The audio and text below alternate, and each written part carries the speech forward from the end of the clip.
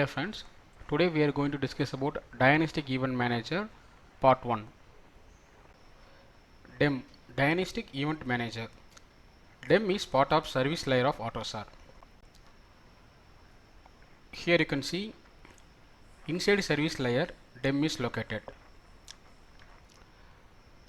DEM module manages this event like monitor, report and store and communicate with Dynastic Communication Manager and Fault Inhibit Manager and non-volatile memory and software components. So in this architecture, this part is BSW and this one is application. So through RTE, application software, ASW and BSW is communicated through RTE.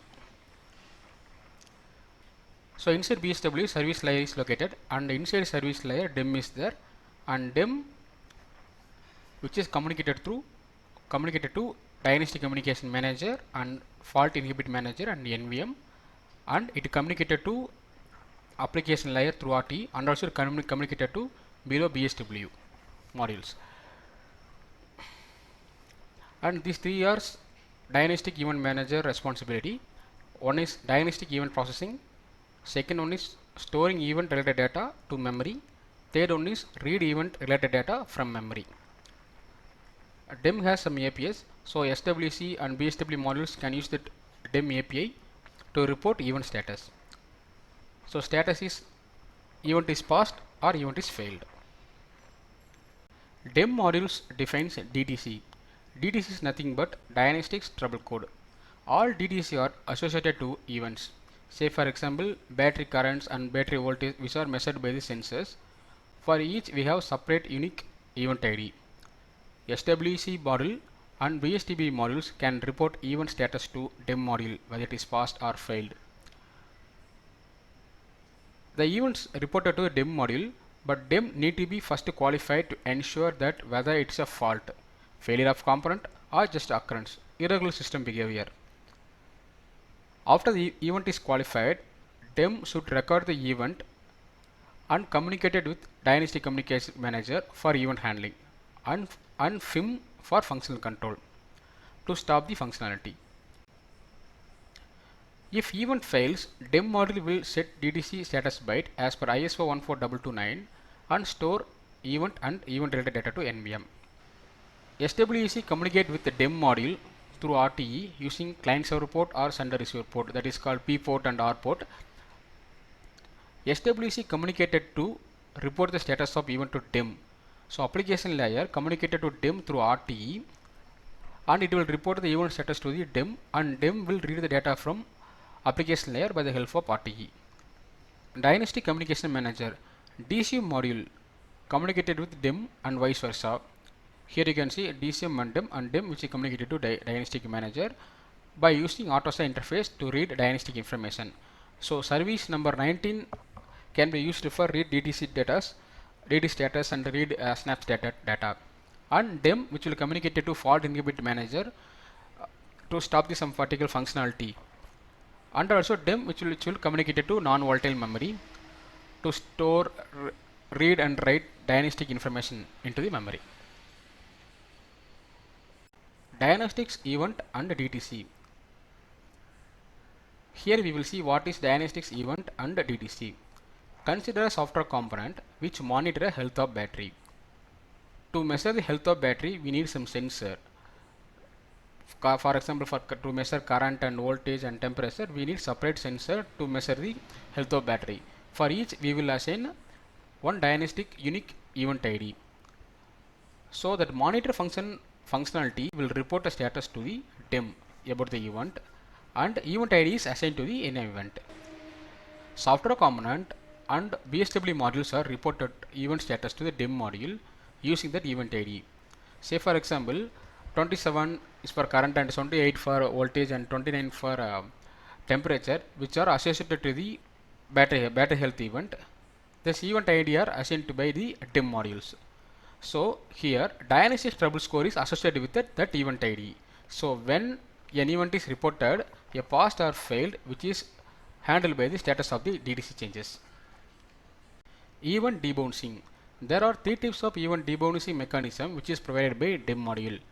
One is time based debouncing, second one is counter based debouncing, third one is monitor internal debouncing. Time based debouncing and counter based debouncing which is implemented by DEM module, while monitor internal debouncing mechanism is implemented by software component.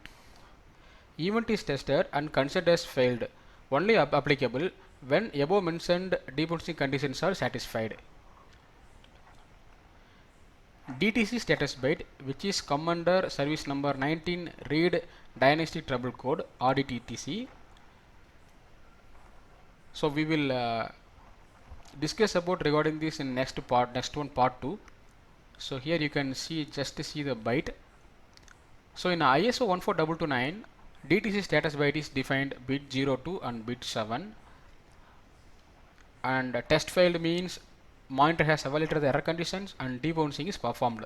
I mean, as we discussed, the three bouncing time and counter and monitor internal function, that maturation criteria is met, then one of them will be set actually.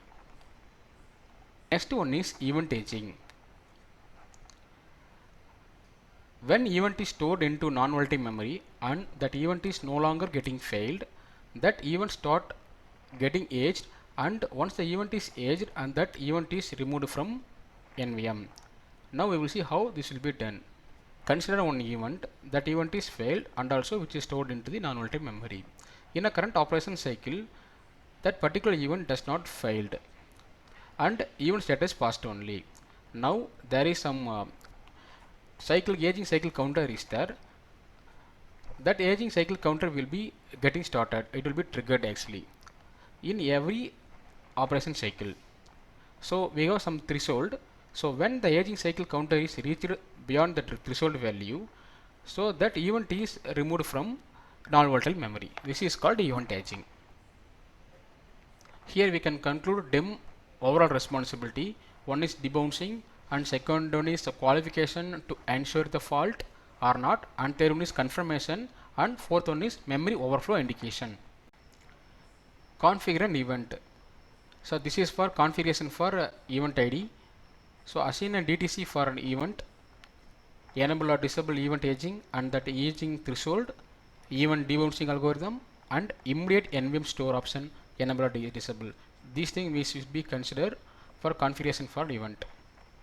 Second one is configure DID. So for DID we need to configure for data type and the DID number and DID name, and for port for SW2 and BSW communication like a client server or sender receiver. So these things we need to be considered for configuring DID. And for snaps data and for extended data, assign DID for respective snaps data and extended data. Say for example battery voltage and current and temperature, for each we need to assign for separate DID. So that we need to consider. NVM block for DEM module should be configured in NVM and reference need to be provided to DEM. DEM general settings to enable aging and trigger to store snap data and event aging type and event displacement policy. So in the next video I plan for FIM, DET and DLT. So please wait and watch.